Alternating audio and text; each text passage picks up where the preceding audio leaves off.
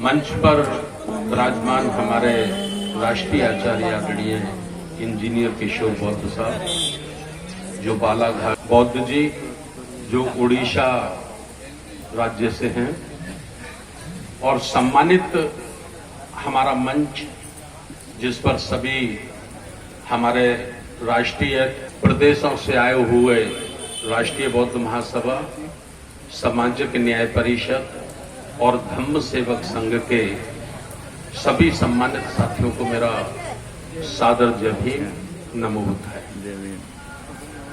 साथियों, जैसा कि कल हमारे राष्ट्रीय आचार्य जी ने लगभग 3.5 घंटे का समय लेकर काफी प्रशिक्षण के माध्यम से आप लोगों को गाइड करने की कोशिश की है, धम्म का सही अर्थ समझाने की कोशिश की है। कोशिश उन्होंने की है, कोशिश करना ही उनकी ताकत में है। कोशिश उन्होंने की है समझाने की कि धम्म का, नैतिकता का क्या मतलब है। समझाना ही उनकी बस में है, उनकी शक्तियों में है। समझना, उस पर अमल करना, जीवन में अनुकरण करना, ये हम सब लोगों के जिम्मेदारी है। मेडिसिन चाहे जितना अच्छा हो, डॉक्टर चाहे जितना पढ़ा लिखा हो, डॉक्टर को चाहे जितना तजुर्बा हो, अगर मरीज परहेज नहीं करता है, डॉक्टर के बताए अनुसार वो मेडिसिन नहीं लेता है, नहीं खाता है, तो बड़े से बड़ा डॉक्टर, बड़े से बड़ा पढ़ा लिखा डॉक्टर अच्छी से अच्छी दवाई, मेडिसिन आपकी बॉडी में आपकी बीमारी को दूर नहीं कर सकता। ये बातें मेरी बहुत छोटी आपको नजर आ रही होंगी, लेकिन इनका मतलब बहुत बड़ा है। 18 मार्च 1956 को जो बाबा साहब का भाषण था यहाँ, उसकी किताब ये आप लोगों को दी गई है। यदि इस भाषण को आप एकदम अकेले में, और मैं तो सामाजिक जागरूकता के लिए बाबा साहब ने बताया है, जिस समाज की गैर राजनीतिक जड़ें मजबूत नहीं होती, वह समाज कभी कामयाब नहीं हो सकता, ये भी बाबा साहब ने बताया है। सामाजिक, आर्थिक, राजनीतिक और धार्मिक हर किस्म का उपदेश, मैं तो उपदेश ही कहूंगा, बाबा साहब का उस 18 मार्च 1956 के भाषण में है। विशेष बात तो कल जब व्यवस्थाएं हो रही थी तो मैंने बताया था कि 3 बातें बाबा साहब ने उसमें बड़े पैमाने पे कही। ये सारे भाषण की 3 बातें विशेष हैं। वैसे तो पूरा भाषण ही बाबा साहब का जीवन दर्शन है, जीवन संघर्ष है। ऐसा कहते हैं, किसी ने पूछा कि बाबा साहब हमारे लिए क्या संदेश है, उनके फॉलोवर, उनके अनुयायी ने पूछा, तो बाबा साहब ने कहा, मेरा जीवन ही मेरा संदेश है। कोई भी संदेश लेना है, आपको सीखना है, तो मेरे जीवन से सीख लो। मैंने जो जीवन में किया है वही मेरा संदेश आप लोगों के लिए है। ये बातें फिर मैं पुनः कर रहा हूं। डॉक्टर चाहे जितना अच्छा हो, मेडिसिन चाहे जितनी अच्छी हो, दवाई, जड़ी बूटियां चाहे जितनी अच्छी हो, अगर उसका हम समय से परहेज करके इस्तेमाल नहीं करेंगे अपने जीवन में, तो कोई फायदा होने वाला नहीं है। 3 बातें जो विशेष उन्होंने कही, बेशुमार मुसीबतों का मुकाबला करके मैं बड़ी मुश्किलों से इस कारवां को मंजिल तक लाया हूं। एक एक शब्द, मैं बार बार कहता हूं, ये एक एक शब्द दुनिया के लोग इसमें चिंतन करें या ना करें, लेकिन साहू फूले अंबेडकर की औलादों की जिम्मेदारी है कि उनको एक एक शब्द का अध्ययन करना ही चाहिए। कौन सा कारवां था? कोई जुलूस निकाले थे बाबा साहब? या कोई यात्रा निकाले थे। आखिर वो कौन सा कारवां था जिसको बाबा साहब लेके आए, और जहां तक वो लेके आ गए थे वो कारवां और आगे तक जाना चाहिए, तो आगे तक कहां तक जाना चाहिए, ये हमारे चिंतन के विषय हैं, सोचने के विषय हैं। और बाबा साहब को क्या आशंका थी, क्या उनके जो फॉलोवर थे, उनके जो राइट लेफ्ट हैंड थे, उन पर बाबा साहब को भरोसा नहीं था, या उनको उनके अंदर वो क्वालिटी नजर नहीं आती थी? कोई कारण तो रहा होगा, कोई विशेष कारण रहा होगा। तब बाबा साहब ने दुखी होकर कहा, हे मेरे अनुयायी हो, अगर इसे आगे ना ले जा सको इस कारवां को, तो कम से कम यहीं छोड़ देना, लेकिन इसे पीछे मत जाने देना। हम 68 वर्ष बाद इस विषय पे आज चर्चा कर रहे हैं। कारवां आगे गया, कारवां वहीं है, या कारवां पीछे जा रहा है, ये चिंतन के विषय है। दूसरा एक उन्होंने दूसरी बात कही जिनसे उनको उम्मीद थी, रिजर्वेशन के माध्यम से जो उन्होंने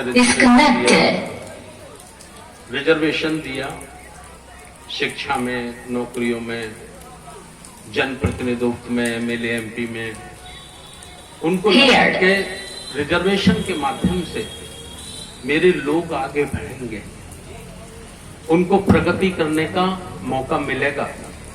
हजारों वर्षों से जो उनकी प्रगति के मार्ग बंद है मनुस्मृति के कारण, ब्राह्मणवादी व्यवस्था के कारण, वो मैंने तोड़ दिए हैं, खत्म कर दिए हैं। उनके कारण उनको आगे बढ़ने का मौका मिलेगा। और बाबा साहब चाहते थे कि मैं पढ़ लिखकर जब इतना बड़ा काम कर सका हूं, तो मेरे समाज के पढ़ लिखकर लोग भी समाज के लिए कुछ ना कुछ जरूर करेंगे। लेकिन 18 मार्च 1956 को उनको ये लगा कि जो लोग सरकारी नौकरियों पे गए, या पढ़े लिखे, या कारोबार में आगे बढ़े, वो अपने पारिवारिक निजी स्वार्थों में, अपने ऐसो आराम में लिप्त हो गए। उन्होंने समाज के दुख दर्द को समझने का काम नहीं किया। इसलिए उन्होंने बड़े दुखी होकर कहा, मुझे मेरे समाज के पढ़े लिखे लोगों ने धोखा दिया है। तीसरी बात, 18 मार्च 1956 को ये जो बुद्ध विहार है, जिस प्रांगण में आप लोग बैठे हैं, बुद्ध की प्रतिमा उन्होंने स्वयं अपने कर कमलों से स्थापित की। मतलब अपने करोड़ों अनुयायियों को उन्होंने एक यहां से संदेश दिया था कि अगला मेरा जो कदम होगा वो बुद्ध धम्म के लिए होगा। और इस भाषण में भी बाबा साहब ने कहा है कि मैं तुम्हें प्राचीन काल का अपना एक ऐसा धम्म देने के लिए जा रहा हूं जिससे आप हजारों साल की गुलामी से मुक्त हो जाएंगे। तो क्या हम लोगों ने उस पर अमल किया? ये विषय रहेंगे हमारे। दूसरा है, राष्ट्रीय बौद्ध महासभा का उद्देश्य क्या है? राष्ट्रीय बौद्ध महासभा का उद्देश्य है संपूर्ण भारत में बुद्ध, साहू फूले, अंबेडकर, मान्यवर काशीराम साहब की विचारधारा को घर घर तक पहुंचाना और ब्रेन वॉश करके पहुंचाना, लोगों का दिमाग क्लियर करके, साफ करके उनके हृदय में उसको बिठालना। धम्म सेवक संघ की स्थापना का क्या मतलब है? धम्म सेवक संघ की स्थापना का मतलब है कि हम लोग कुछ जागरूक जो हुए हैं, वो जितनी जागरूकता उनके अंदर आई है, जितनी चेतना उनके अंदर आई है, उससे ज्यादा उनमें ईगो आ गया है, घमंड आ गया है। अरे यार, मैं A1 क्लास का ऑफिसर, मैं क्या कुर्सी लगाऊंगा? अरे यार, मैं इतना बड़ा आदमी, मैं क्या खाना बांटूंगा, चाय पिलाऊंगा, पानी पिलाऊंगा, मैं क्या झाड़ू लगाऊंगा? ये भाव जो उत्पन्न हो गया है बाबा साहब डॉक्टर अंबेडकर के अनुयायियों के बीच में या बौद्धों के अनुयायियों के बीच में, हमें ये भ्रम तोड़ना है। धम्म सेवक संघ के माध्यम से हमें अपने 12 साल के बच्चे, बेटा और बेटी को ही तैयार करना है। उसके हृदय में हो कि समाज की सेवा करने का मौका, समाज को चाय पिलाने का, पानी पिलाने का, खाना खिलाने का, झाड़ू लगाने का, अगर ये मौका मुझे जीवन में मिलता है, ये अवसर मुझे मिलता है, तो मैं अपने आप को सबसे बड़ा खुशनसीब समझूंगा। ये सिखों से आप सीख सकते हो, सरदारों से आप लोग सीख सकते हो। आपने देखा होगा गुरुद्वारे में आप जाइए, 80-80 साल के बुजुर्ग, अरबपति वहां सेवा के लिए प्रार्थना पत्र देते हैं गुरुद्वारे के ग्रंथी को, तो हुजूर मुझे संगत की सेवा करने का अवसर दिया जाना चाहिए। तो इससे क्या होता है? इससे घमंड, ईगो, गुरूर, द्वेष, ईर्ष्या ये खत्म होती है, इसका पतन होता है। दूसरा, एक पहचान स्थापित होनी चाहिए। ये काम समता सैनिक दल के माध्यम से बाबा साहब करना चाहते थे। 24 सितंबर 1924 को बाबा साहब ने समता सैनिक दल का निर्माण किया और इसी उद्देश्य के लिए किया, लेकिन हम उसमें सफल नहीं हो सके। आरएसएस 1925 में बना, 1 वर्ष जूनियर है, वो कंटिन्यू इस काम में लगा रहा। इसलिए आज झाड़ू से लेकर राष्ट्रपति भवन तक जितनी भी संवैधानिक ताकतें हैं, सब पर उसने अपना कब्जा कर लिया है। आप नारा चाहे जितने लगाते रहो, पावर आपके पास नहीं है, पावर आरएसएस के लोगों के पास है ना। तो धम्म सेवक संघ के माध्यम से जो बाबा साहब की अपेक्षा थी कि मुझे समाज में युवा वालापन से, बालक से, युवा अवस्था से ही नेतृत्व तैयार करना है, लीडरशिप तैयार करनी है, चरित्रवान लीडरशिप, नैतिक लीडरशिप, जिसका 4 घंटे तक, 3 घंटे तक कल आपको प्रशिक्षण आचार्य जी ने दिया। ये हमारा उद्देश्य है। सामाजिक न्याय परिषद बहुत सारे काम हम धार्मिक बैनर से नहीं कर सकते। बहुत सारे ऐसे काम है जिसमें जिंदाबाद मुर्दाबाद हमको बोलना है, तो धम्म उसकी इजाजत नहीं देता।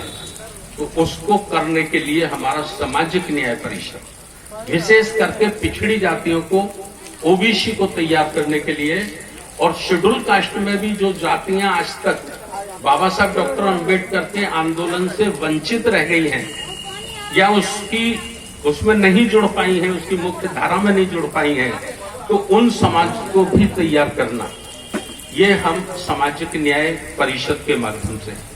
और एक संगठन का बहुत जल्दी हम और निर्माण करने वाले हैं, जिसका नाम लगभग होगा समवैक्य शिक्षा परिषद।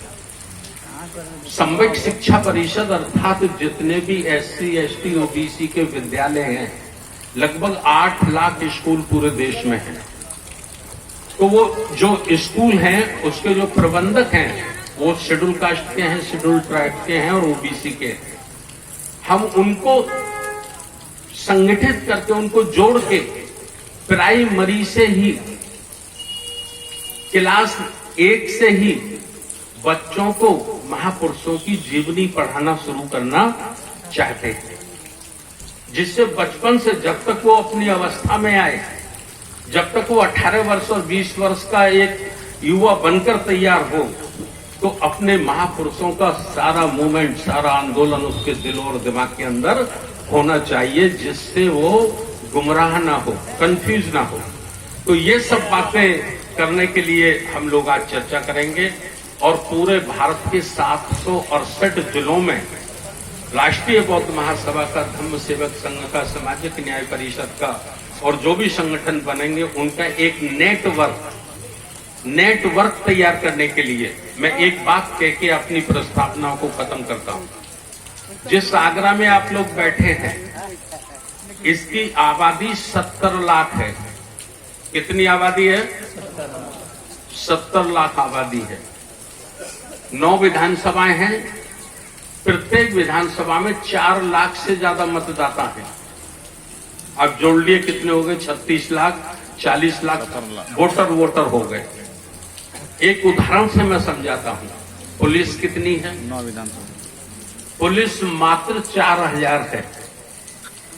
सारी पुलिस फोर्स मिला के, पीएससी मिला के, सारी पुलिस फोर्स मिला के कितनी संख्या है? मात्र 4000। 4000 पुलिस 70 लाख लोगों को कंट्रोल करती है। 4000 पुलिस 70 लाख लोगों को क्या करती है? कंट्रोल करती है, उन पर नियंत्रण रखती है, उन पर रूल करती है। किस ताकत से? कौन सी ताकत है उनके पास? अनुशासन, संगठन, अनुशासन और एक संगठन, यही पुलिस की ताकत है।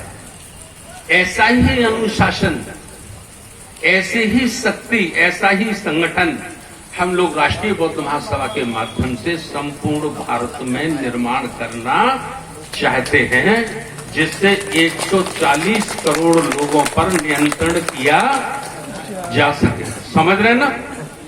करना होगा। ये मेरी आपसे प्रार्थना है। मैं निवेदन करता हूं संचालक जी से आगे की कार्रवाई संचालित करें। बहुत बहुत धन्यवाद। नमो बुद्धाय। जय भीम। बहुत बहुत आभार साहब, आपने आज की प्रस्तावना के उद्देश्य के। जिन साथियों को यह मंच पे आना है उनको 5 मिनट में दिए गए निर्देशों के अनुसार अपनी रिपोर्ट रखना